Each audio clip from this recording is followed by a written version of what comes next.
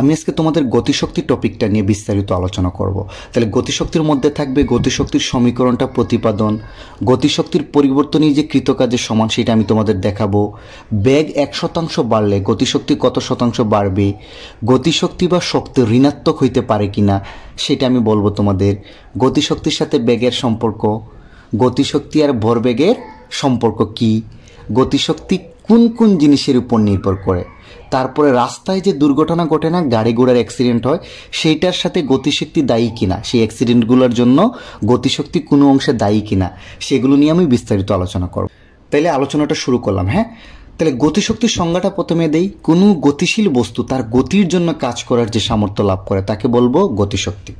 ধরে নাও এম বরের একটা স্থির বস্তুর উপর তুমি এফ মানের একটা বল দিচ্ছ। এই বল দেওয়ার কারণে বস্তুটা কি হচ্ছে, এই জায়গা থেকে সরে আইসা এই জায়গায় চলে আসছে, অর্থাৎ তার সরণ হয়েছে এস। ওকে, আর যেহেতু স্থির বস্তু ছিল শুরুতে তার আদিবেগ 0, আর এই বিন্দুতে এসে ধরলাম তার বেগ হয়েছে ভি। ওকে, তাহলে গতিশক্তি আর কিচ্ছু না, এই যে বস্তুর উপর বল দিচ্ছ না, এখানে একটা কাজ হয়েছে না। গতিশক্তি মানেই কৃত কাজ, আর কাজের সমীকরণ আমরা জানি বল ইন্টু কত সরণ, তাই তো? তাইলে এখানে বল দিচ্ছি কত এফ, আর এই এম বস্তু সরণ হয়েছে কত এস না, তাহলে এফ এস।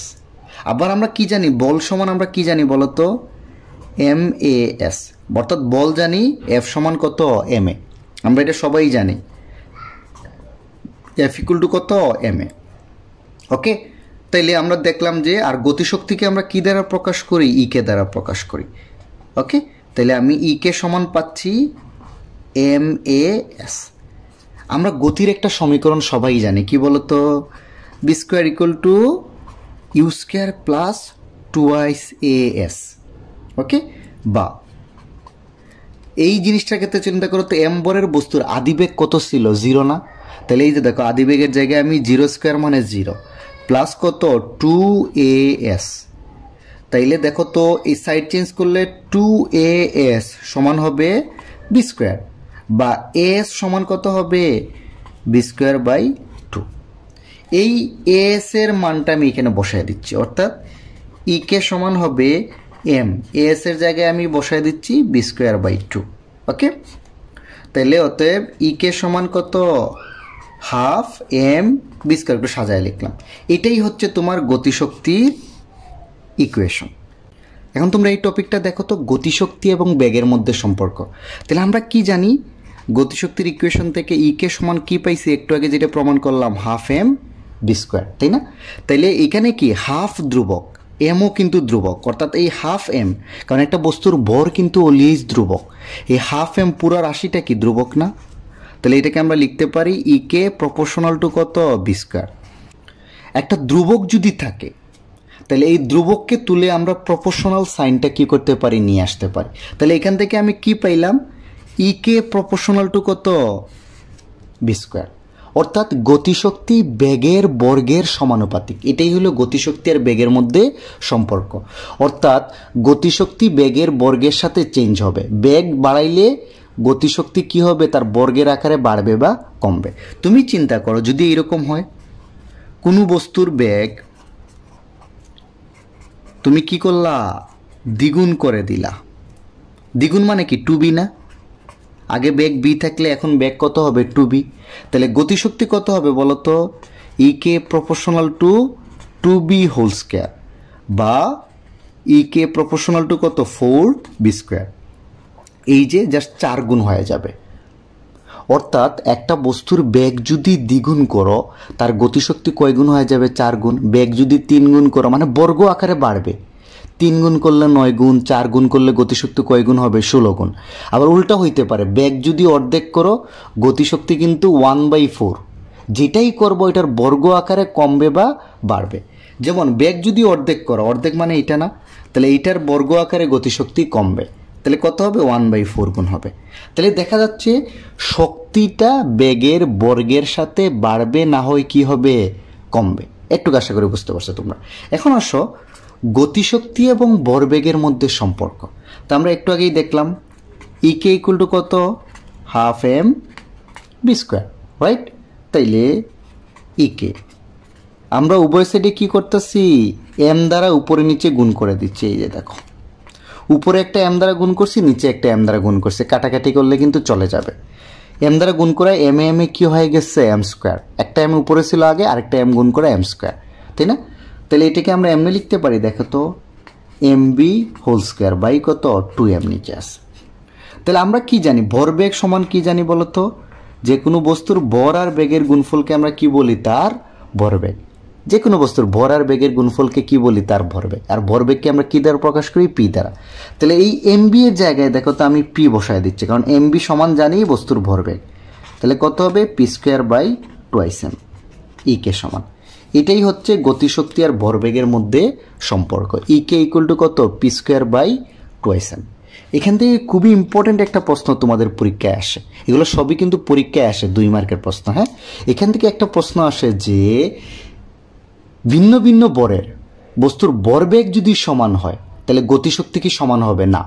দেখো তো বইলা দেয় কি, ভিন্ন ভিন্ন বস্তুর ভরবেগ এই পি এর মানটা সমান দুইটা বস্তুর। হ্যাঁ, সেক্ষেত্রে কি দুইটা বস্তুর গতিশক্তি সমান হবে না, কিন্তু যার ভর বেশি হবে দেখো তো তার গতিশক্তি কম হবে, আর যার ভর কম হয়, কারণ এটা কিন্তু ভাগ হচ্ছে। এখানে চিন্তা করো এই পি এর মান সমান, তাই না? তাইলে এই এম এর মান যত, এটা যদি সমান থাকে ফিক্স দুইটা বস্তুর, তাহলে এম এর মান যার বেশি তাকে বেশি জিনিস দিয়ে ভাগ করতে হচ্ছে, অর্থাৎ গতিশক্তি কম পাবা। আর এম এর মান যার কম তার গতিশক্তি কি হবে, বেশি হবে।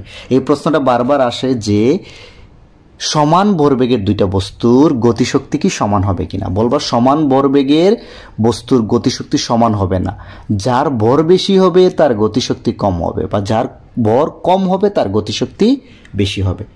অবভিয়াসলি তোমরা এটা বুঝতে পারছো। এখন আসো, যদি এটা বলে শক্তি কখনো ঋণাত্মক হতে পারে কিনা, তাহলে শক্তি বা গতিশক্তি যেটাই বলো, আমরা ইকুয়েশনটা কি জানি, ই কে সমান কত, হাফ এম বি স্কোয়ার। এখানে এমটা কি বলতো, ভর। ভর সবসময় কি আমরা জানি ধনাত্মক। ভর কখনো কি হইতে পারে না, ঋণাত্মক হইতে পারে না। কখনো দেখছো কারো ভর -50 কেজি, না, তাহলে ভর সবসময় ধনাত্মক। আর বেগ কি হইতে পারে, আমরা জানি প্লাসও হইতে পারে অথবা কি হইতে পারে, মাইনাস হইতে পারে। মানে বেগ হইতে পারে ধনাত্মক অথবা কি ঋণাত্মক। যাই হোক, বাট বেগের বর্গ কিন্তু অলওয়েজ কি পাবা, প্লাস পাবা। বেগের মান কি হইতে পারে, প্লাসও হইতে পারে মাইনাসও হইতে পারে, বেগের মান কমতেও পারে বাড়তেও পারে, বাট বেগের বর্গ তুমি অলওয়েজ কি পাবা, ধনাত্মক। তাহলে দেখো তো এখানে তুমি এম এর মান আর বি এর মান যাই বসাও, বর্গ করলে কিন্তু অলওয়েজ প্লাস। তাহলে গতিশক্তি কখনো কি হবে না, ঋণাত্মক হবে না। গতিশক্তি বা শক্তি সবসময় কি হবে, ধনাত্মক হবে। বলে দিবে, আমরা জানি এটা হলে এইটা, এখানে এম কখনো সবসময় ধনাত্মক বা কখনো ঋণাত্মক হবে না, এটা বলবা। তারপরে বলবা বি এর মান প্লাস অথবা মাইনাস হইলেও বেগের বর্গ অলওয়েজ কি, ধনাত্মক। তাইলে ই কে এর মানটা এই সমীকরণ অনুসারে আমরা বলতেছি কখনো কি হবে না, ঋণাত্মক হবে না, অলওয়েজ ধনাত্মক হবে। এখন অবশ্য গতিশক্তির পরিবর্তনই যে কৃতকাজের সমান সেটা তোমাকে যদি দেখাইতে বলে, তাহলে গতিশক্তির পরিবর্তনকে আমরা এই ইকুয়েশনটা জানি সবাই, রাইট? ওকে, এটাকে আমি কি করলাম, হাফ এম দ্বারা উভয় সাইডে গুণ করে দিচ্ছি। হাফ এম দ্বারা প্রত্যেকটা টার্মকে তুমি হাফ এম দ্বারা কি করে দাও, গুণ করে দাও। এই যে দেখো হাফ এম উভয় সাইডে কি, এইটাকে করলে দেখো তো হাফ এম ইউ স্কোয়ার, হাফে আর 2 কাটা গেলে এখানে শুধু এম এ এস থাকবে। প্রত্যেকটা টার্মকে হাফ এম দ্বারা আমি কি করে দিছি, গুণ করে দিছি। ওকে, এটা গেল একটা। তাইলে দেখো তো এই এম এ এস সমান, এইটা সমান হবে এইটা মাইনাস এটা না, half M V square minus half M U square. তাইলে এই এম এস মানে কি বলতো, এম এ মানে কি এফ না, এস মানে কি, এটাই তো আছে। তাইলে এইটা এই এফ এস মানেই কিন্তু কাজ না, বল ইন্টু সরণ মানেই তো কৃত কাজ, তাই না? তো কৃত কাজ সমান আমরা এটা পাইলাম। তাইলে দেখো একটা গতিশীল বস্তুর গতিশক্তির পরিবর্তন হাফ এম বি স্কোয়ার মানে কি, আমি যদি চিত্রটা আঁকি, তোমরা একটু চিত্রটা খেয়াল করো। এটা এম ভরের একটা বস্তুর শুরুতে আদিবেগ কত ছিল, ইউ। তাকে যদি আমি এফ মানের বল দিই, সে ধরলাম এস দূরত্ব অতিক্রম করে এখানে এসে তার বেগ হয়েছে ভি। তাহলে শুরুতে বস্তুর গতিশক্তি কত, হাফ এম ইউ স্কোয়ার, আর শেষে গতিশক্তি কত, হাফ এম বি স্কোয়ার। অর্থাৎ গতিশক্তির পরিবর্তন কি, শেষ গতিশক্তি মাইনাস আদি গতিশক্তি। তাহলে গতিশক্তির পরিবর্তনই হইল কৃতকাজের সমান। এটাই হচ্ছে কি উপপাদ্য, এটাকে বলা হয়, অনেকে বলা হয় কাজ শক্তি উপপাদ্য। তাহলে গতিশক্তির পরিবর্তনই কার সমান? কৃতকাজ। একটা বস্তু যদি আগে থেকে গতিশীল থাকে তার গতিশক্তির পরিবর্তনটাই বলে দিবে তুমি কতটুক কাজ করছো, এটা বুঝছো? তাহলে গতিশক্তির পরিবর্তনটাই হবে কার সমান? কৃতকাজের সমান। এটাই আসলে কি গতিশক্তি। যখন কখন আমরা প্রমাণ করার সময় বলে দিছি প্রথমটায় এই আদিবেগটা কত? 0। আদিবেগটা যদি 0 হয় দেখো এই টার্মটা আর থাকবে না। তাইলে শুধু স্থির অবস্থা থেকে বস্তুর যে গতিশক্তি পাও, স্থির অবস্থা থেকে যদি অ্যাপ বল দিয়া, তাহলে এইটাই হবে বস্তুর কৃতকাজ। আর যদি বস্তু আগে থেকে ইউ আদিবেগে থাকে তাহলে শেষ গতিশক্তি থেকে তোমাকে আদি গতিশক্তিটা কি করতে হবে? বিয়োগ করতে হবে। ওকে, এখন আসো গতিশক্তি কিসের উপর নির্ভর করে, এটা তোমাকে অনেক সময় ব্যাখ্যা করতে বলে। তাহলে গতিশক্তির ইকুয়েশনটা কি? ইকে ইকুয়াল টু কত? Half M V square. এটা দেখেই বুঝতে পারো গতিশক্তি দুইটা জিনিসের উপর নির্ভর করে। এক নম্বর হচ্ছে ভর আর 2 নম্বর হচ্ছে বেগ। ইকুয়েশন থেকে গতিশক্তি বস্তুর ভরের উপর আর তার বেগের উপর নির্ভর করে, তাই না? একটা জিনিস চিন্তা করো, এখানে চিন্তা করো যদি সমান ভরের সমান বেগের দুইটা বস্তু, ধরো এই একটা বস্তু আর এই আর একটা বড় বস্তু, হ্যাঁ, একই বেগে গতিশীল হয়, তাহলে আমরা জানি যার ভর বেশি হবে তার গতিশক্তি বেশি হবে, তাই না? এই কারণে দেখবা একটা ট্রাক আর একটা সাইকেল যদি একই বেগে চলে, ট্রাকের গতিশক্তিটা কি হবে? সাইকেলের চেয়ে অনেক বেশি হবে। সিমিলারলি তুমি আসো বেগের ক্ষেত্রে, ওকে, একই ভরের দুইটা বস্তুর মধ্যে যার বেগ বেশি তার গতিশক্তি কি হবে? বেশি হবে। আর একটু আগেই আমি দেখাইছি এই গতিশক্তিটা বেগের বর্গের সমানুপাতিক, অর্থাৎ গতিশক্তিটা বেগের বর্গ আকারে বাড়ে। বেগ যদি দ্বিগুণ করো গতিশক্তি কয় গুণ হবে? 4 গুণ। বেগ 3 গুণ করলে গতিশক্তি কয় গুণ হবে? 9 গুণ। এই জিনিসটা বুঝতে পারছো তো? আচ্ছা, এই জিনিস যদি বুঝো, এখন আমি বলতেছি রাস্তায় দুর্ঘটনার জন্য অন্যতম দায়ী উপাদান হচ্ছে গতিশক্তি। কেন? তুমি একটা জিনিস চিন্তা করো, ধরো তুমি এখানে দাঁড়ায় আসো, ওকে, একটা সাইকেল এসে তোমাকে ভি বেগে আঘাত করছে, আর একটা ট্রাক এসে তোমাকে, হ্যাঁ, ভি বেগে আঘাত করছে। একটা সাইকেল এসে আঘাত করছে ভি বেগে, আর একটা ট্রাক এসে তোমাকে ভি বেগে আঘাত করছে। এখন তুমি আমাকে বলো তো ভাই, সাইকেল আঘাত করলে হয়তো তুমি হালকা ব্যথা ট্যাথা পাবা, খুব একটা মারাত্মক কিছু হবে না, তাই না, নর্মালি। বা ট্রাক যদি আঘাত করে সমান বেগে তাহলে তুমি মারাও যাইতে পারো, তোমার অবস্থা খুবই খারাপ হবে, তাই না? এইখানে দেখো এইটার ভর বেশি না, একই ভরের দুইটা একই বেগের দুইটা বস্তু, বা ট্রাকের ভর বেশি হয়, ট্রাকের গতিশক্তির মান অনেক বেশি হয়, হাফ এম বি স্কোয়ার, তাই না? এই কারণে এটা বেশি শক্তিতে এসে তোমাকে আঘাত করতেছে। সবসময় মনে রাখবা, দুর্ঘটনা ঘটার সময় একটা বস্তু যত শক্তিতে এসে তোমাকে আঘাত করবে তুমি তত বেশি পরিমাণ কি পাবা? ব্যথা পাবা। তাহলে ট্রাকের গতিশক্তির আঘাতের গতিশক্তিটা সাইকেলের চেয়ে অনেক বেশি হয়, তুমি ট্রাক আঘাত করলে তুমি মারাও যাইতে পারো। এখন আসলে বেগের ক্ষেত্রে রাস্তায় দুর্ঘটনা, এটা একটা বললাম। 2 নম্বর হচ্ছে যে গতিশক্তি বেশি থাকে। 2 নম্বর হচ্ছে, দেখো চিন্তা করে, তুমি যদি বেশি বেগে গাড়ি চালাও, আমি জানি বেগ যত বাড়বে বস্তুর গতিশক্তি তত, মানে দ্বিগুণ করলে 4 গুণ বাড়তেছে, বর্গ আকারে বাড়ে না? তুমি বেগ যত বাড়াবা গতিশক্তি বর্গ আকারে বাড়তেছে, কিন্তু মানে অনেক অনেক বেশি বাড়তেছে। চিন্তা করো, বেগ যদি 3 গুণ করো তোমার গতিশক্তি 9 গুণ হয়ে যাচ্ছে। তার মানে এখানে যদি বি বেগে তোমাকে আঘাত করতো, তোমার বেগ যদি 3 গুণ করতো তাহলে তার 9 গুণ শক্তিতে এসে তোমাকে আঘাত করতো। তাহলে বেশি বেগে যদি চালাও তাহলে যখন দুর্ঘটনা হবে গাড়ি বা ট্রাক এগুলা কি করবে? অনেক বেশি গতি শক্তিতে এসে কোনো জিনিসকে কি করবে? আঘাত করবে। সেটা তুমি হইতে পারো, রাস্তার অন্য কোনো জিনিস হইতে পারে, তাই না? এই কারণে তুমি মারাও যাইতে পারো, বা দুর্ঘটনায় ক্ষয়ক্ষতি কি হয়? অনেক বেশি হয়। তাই রাস্তাঘাটে দুর্ঘটনার জন্য অন্যতম দায়ী উপাদান হইল গতিশক্তি। কারণ আমরা খুব বেশি বেগে গাড়ি চালাই, এখানে বেশি গতিশক্তিতে গিয়ে কোনো জিনিসকে আঘাত করি।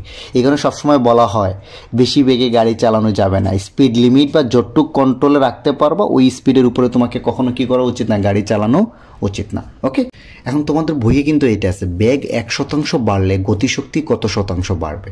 তাহলে ধরে নিলাম কোনো বস্তুর ভর এম আর বেগ বি হইলে তার গতিশক্তি কত জানি আমরা? Half M V square. তাই না?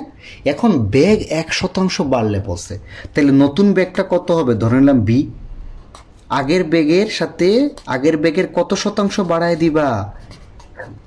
1%। নতুন বেগটা হবে বি প্লাস বি এর 1%। বেগ 1% বাড়াইতে বলছে, আগে যেটা ছিল সেটার সাথে নতুন মানে আরেকটা 1% তুমি কি করে দিচ্ছ? যোগ করে দিচ্ছ। তাহলে এটা ক্যালকুলেশন করলে কত? V plus V into percentage কেমনে তুলি আমরা? 100 দ্বারা ভাগ করে দিই। তাইলে এইটা হয় বি প্লাস 1/100 মানে কত? 0.01 বি। তাহলে হিসাব করে দেখবা 1.01 বি আসবে, মানে একটা বি আর 0.01 বি, 1.01 বি। তাহলে নতুন গতিশক্তি কত হবে? এটা তো শুরুতে ছিল, এখন ব্যাগ 1% বাড়াইলে আমি দেখতেছি ব্যাগ আসতেছে এইটা। তাহলে নতুন গতিশক্তি কত হবে? কে প্রাইম দিলাম, হ্যাঁ, হাফ এম, ব্যাগটা চেঞ্জ হবে v1²। এই v1 এর মানটা আমি বসায় দিচ্ছি। v1 এর মান কত? 1.01 বি হোল স্কোয়ার। ওকে, এটা হিসাব করে দেখবো 1.0201 into half M V square আসবে। আমি কি করতেছি? এই যে 1.01 বি হোল স্কোয়ারকে ভাঙ্গাইছি এরকম। এই 1.01 হোল স্কোয়ার মানে এইটা 1.0201, আর এই হাফ এম বি স্কোয়ারটা আমি একসাথে রেখে দিছি। ওকে, তাইলে এখন তুমি নিজে চিন্তা করো, আমি নতুন গতিশক্তি ব্যাগ 1% বাড়াইলে গতিশক্তি পাচ্ছি এইটা, আর শুরুতে আর গতিশক্তি ছিল এইটা। তাহলে গতিশক্তির পরিবর্তন হয়েছে কোনটা? কেমনে বাইর করবো? শেষ গতিশক্তি তাই কি শুরুর গতিশক্তি বিয়োগ করে দাও। এই পরিবর্তনটা হয়েছে কত? আমাকে কিন্তু বলছে গতিশক্তি কত শতাংশ বাড়বে শতকরা বাড়াইতে। তাহলে আমি জানি গতিশক্তির পরিবর্তন হয়েছে এইটা। কার সাপেক্ষে হয়েছে? শুরুতে কিন্তু গতিশক্তি এইটা ছিল, এই গতিশক্তিতে পরিবর্তন হয়েছে এইটা। একে কত? 100 কত? শতকরা করে দিলেই হবে। তাহলে গতিশক্তির